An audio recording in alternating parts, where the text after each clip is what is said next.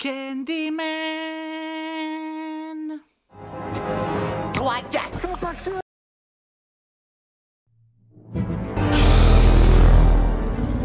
Soit on meurt, Leroy, soit on vit assez longtemps pour se voir endosser la peau du Force et honneur.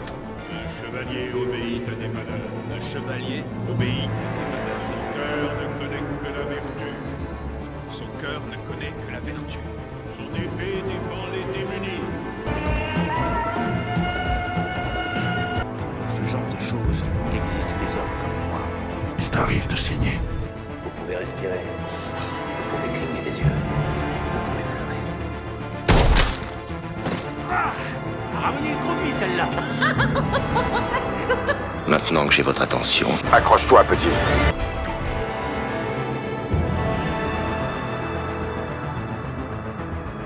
un grand pouvoir implique de grandes responsabilités.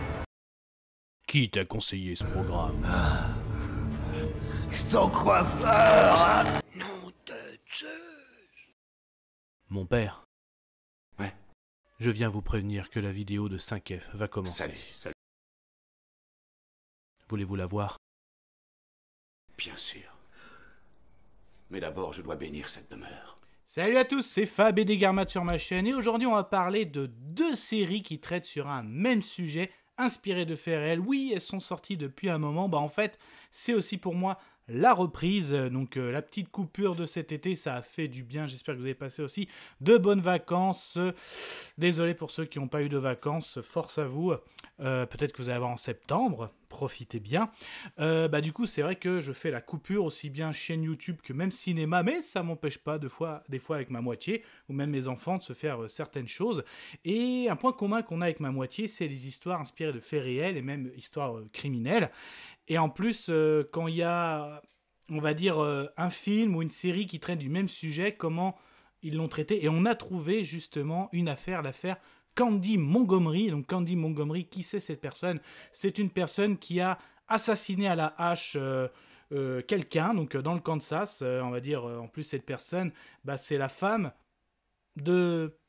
Et oui, de son amant, voilà, donc c'est un peu comme ça, donc avec une 41 coups de hache, et en fait, en 2022, on a eu déjà une première série qui est disponible sur Disney+, 5 épisodes, qui s'appelle simplement Candy, et ensuite, après, on a eu, donc là, au début c'était Canal+, et après c'est disponible sur HBO Max, on a eu justement une autre version, donc 2023, Love and Death.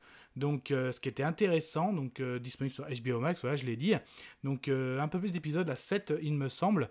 Donc là, c'est très intéressant. Donc, notamment cette histoire tragique qui a à la fois assez sanglant, donc meurtre à la hache, une 40aine de coups de hache, tromperie aussi, parce que oui, elle a tué la femme de son amant, et aussi un procès...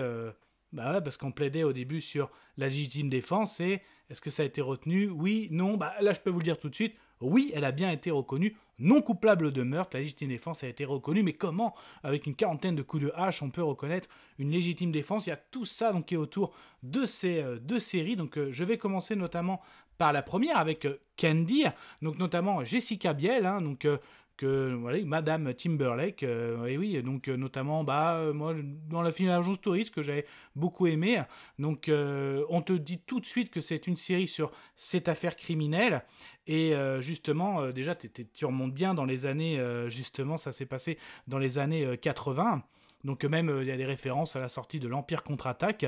Donc on nous dit tout de suite qu'il s'est passé quelque chose de sanglant et tout de suite on dirige vers le côté judiciaire. Et ça c'est vraiment très très intéressant. Comparé à Love and Death, donc là qui joue le rôle de Candy Montgomery, c'est notre Elizabeth Olsen, et oui notre sorcière rouge, voilà, donc notre Wanda donc, dans le MCU.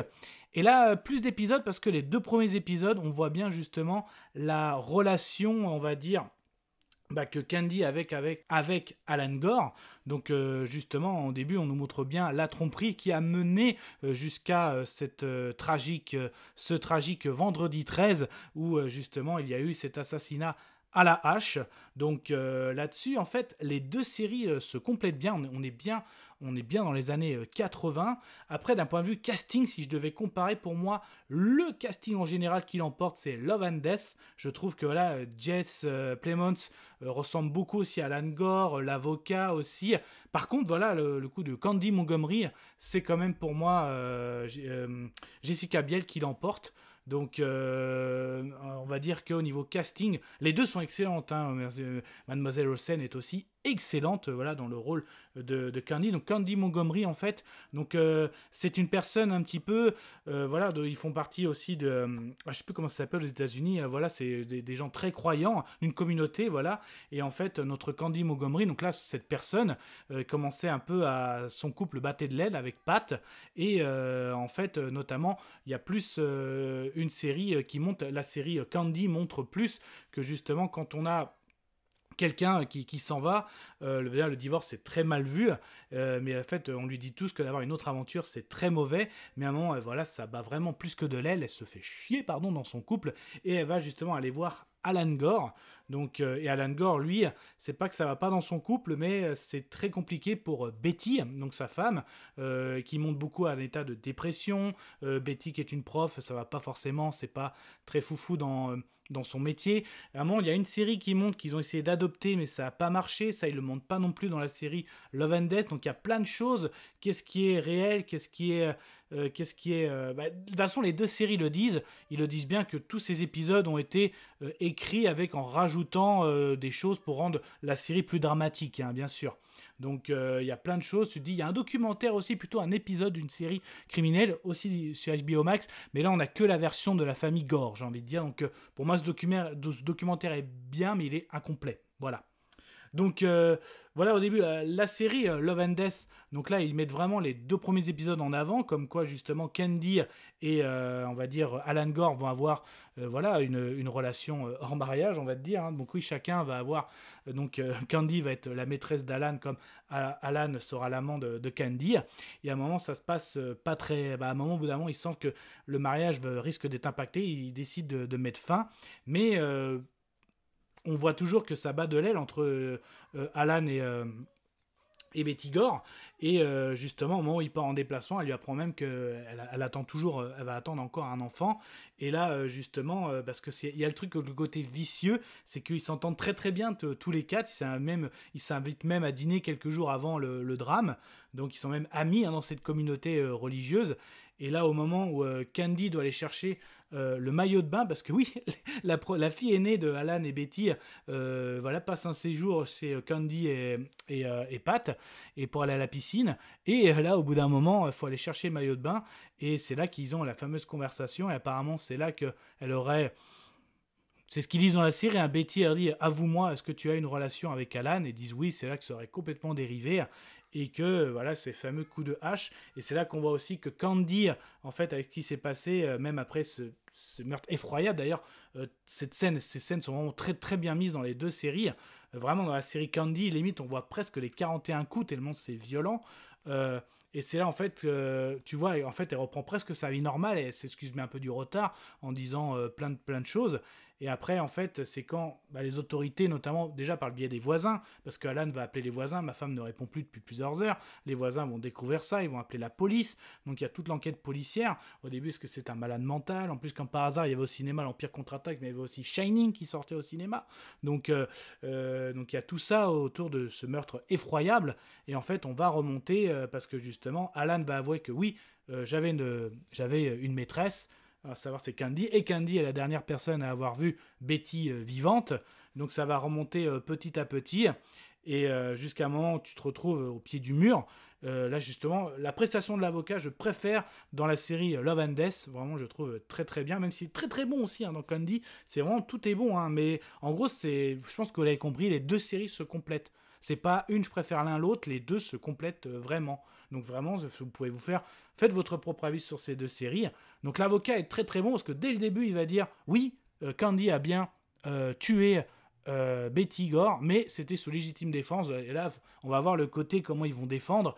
Et en fait, ils vont vraiment prêter le prétexte, ce n'est que la version aussi de Candy, qui a été défendue par son avocat, et ben oui, elle a bien été agressée, c'est défendu, mais en fait, Candy souffrait d'une souffrance notamment mentale, c'est qu'elle était vraiment presque sous l'emprise de sa mère, depuis toute petite, et en fait, à un moment, durant quand il se bagarrait avec Betty, le bébé s'est réveillé et quand Betty aurait fait apparemment le chut, ça aurait déclenché un fameux chut que disait aussi la mère de Candy, qui aurait foutu Candy dans une rage, de là donner ces fameux quarantaine coups de hache.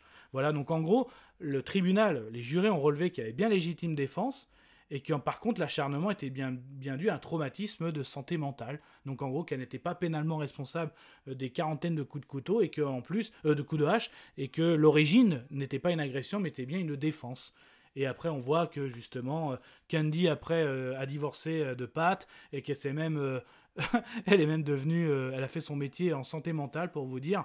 Alan Gore, il s'est remarié 2 fois. C'est même lui, tu vois, tu vois qu'il défend pas sa femme, il dit vraiment toute la vérité, sans défendre vraiment sa femme, même sa famille lui en veut, parce que voilà, en gros, si elle est morte, déjà parce que tu l'as trompée, donc il y a eu bataille, ils se sont bagarrés jusqu'à la mort par rapport à ça, et en plus au tribunal, tu l'as vraiment pas défendu du tout. Donc ouais, il y a tout ça, donc dans... Voilà, cette histoire, tu as à la fois le côté un meurtre sous tromperie, meurtre violent à la hache, et en plus le procès par rapport à la légitime défense, la santé mentale, même par rapport à ça, Candy, dans les 2 saisons, il montre ça, qui a fait avec un psychologue, psychiatre, il me semble, et psychiatre, des séances d'hypnose, tout ça, donc franchement, il y a tout, voilà, si vous aimez histoire de faits réels, histoire criminelle, si vous aimez la partie du tribunal qui est excellente, le procès, la partie aussi tromperie, ça c'est plus dans la série sur HBO Max, Love and Death, le côté tromperie c'est plus eux, c'est pour ça qu'il y a les 2 épisodes supplémentaires, c'est vraiment plutôt par rapport à ça, parce que vraiment cette série Love and Death, ils te disent vraiment, ils t'expliquent, tu sais que tu regardes une série où il y a eu un meurtre effroyable, et ils t'expliquent en fait, il y a eu tromperie, et la tromperie a amené à ça, que la série Candy, tout de suite t'as la scène presque, on sait très très vite, c'est une histoire, c'est une affaire criminelle, et c'est plutôt mais comment on en est arrivé là, voilà. Après ils ont 1 an de décalage aussi, on pouvait pas trop faire de copier-coller, donc c'est pour ça aussi que chacun a donné sa version, mais je trouve que ces 2 versions se complètent bien, voilà. Après n'hésitez pas vous pouvez lire le livre, vous pouvez aussi voir le documentaire, vous intéresser sur l'histoire criminelle, il y en a tellement, mais voilà, j'avais envie de vous partager ça. Donc j'aime bien aussi le comparatif de 2 œuvres, les réalisateurs, les scénaristes, les prestations des acteurs, comment ils montrent ça aussi. Je trouve que c'est très intéressant en termes de créateur de contenu et analyse, mais ça reste que mon propre avis, donc j'espère que ça vous a plu, et en tout cas prenez soin de vous, Kenavo. Je vous souhaite une agréable soirée. Désolé pour le bordel. Au revoir.